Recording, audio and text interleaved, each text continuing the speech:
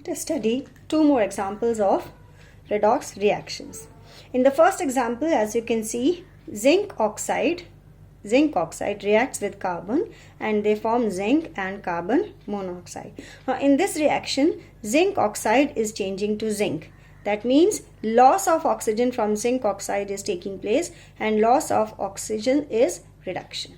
On the other hand, carbon is changing to carbon monoxide. That means it is gaining oxygen, and gain of oxygen is oxidation reaction. Alright, now we have to identify the oxidizing and reducing agents also. Oxidizing agent is a substance which gives oxygen, and in this reaction zinc oxide is giving its oxygen. Therefore zinc oxide is the oxidizing agent, and carbon is gaining that oxygen.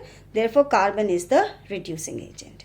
Alright, now the next example is the reaction between hydrogen sulfide gas and chlorine gas. They form sulfur and hydrochloric acid. In this reaction, H2S is changing to S. That means loss of hydrogen, and loss of hydrogen is oxidation.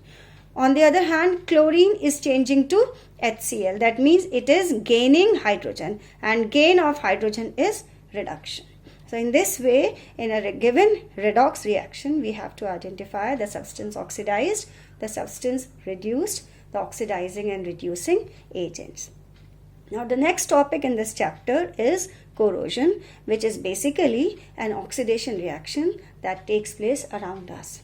Alright, corrosion is defined as the slow and gradual eating up of metal surface by the action of air, moisture and acids. Now as you all know, metals are very useful to us. Metals have certain unique properties. They are malleable, they are ductile, they have high tensile strength, they have a particular shine. Because of all these properties, metals are used almost in all industries, and iron is said to be the backbone of many industries. There is hardly any industry which does not use iron. But the disadvantage is that the metals are reactive and air is everywhere. Air contains some very reactive gases such as oxygen. It also contains moisture depending on the weather conditions. There are places which have a lot of moisture throughout the year, and there are places which have a little or more moisture. Now air also contains some gases such as sulfur dioxide and nitrogen dioxide. These gases are acidic gases. They mix with rainwater and fall on earth, on the soil as acid rain. When this acid rain falls on metal surfaces, it corrodes them. And so we say that metals, even though they are very useful, there is one disadvantage with their use, and that is that they get corroded. Now the corrosion of iron is specially called rusting. So we say that iron undergoes rusting when iron particles are exposed to air containing moisture. The reaction that takes place is that iron reacts with atmospheric oxygen and moisture, that is water. Now X here means that the amount of moisture varies from place to place. It also depends upon weather conditions. So iron reacts with air containing oxygen and moisture, and they form a reddish brown colored substance called rust.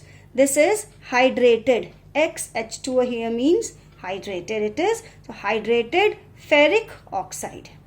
Fe2O3.XH2O is the formula of rust. The reddish brown substance is flaky. That means it keeps falling off from the surface of iron, making it lose its strength, and therefore rusting of iron is it may be very serious, because bridges, vehicles, the doors and windows, they are all made up of iron, and if iron undergoes rusting, there is no way of controlling it.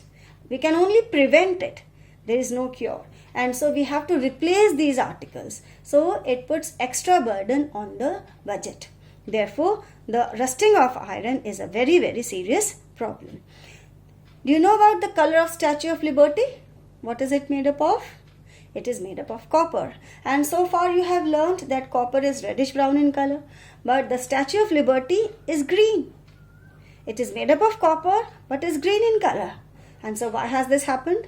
This has happened because copper reacts with atmospheric gases, carbon dioxide, oxygen and moisture, that is water in air. And together they form basic copper carbonate.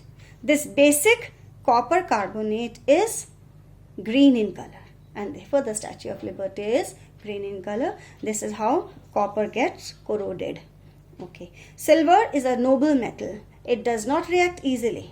But there is a gas in air, hydrogen sulfide gas. This is the unpleasant gas which is released from the bodies of dead plants and animals. The presence of this gas in air will corrode silver articles, and after some time they get coated with a black deposit. This black deposit is silver sulfide. Alright, so this is all about corrosion of certain things. Now, how do we know that the metal has undergone corrosion?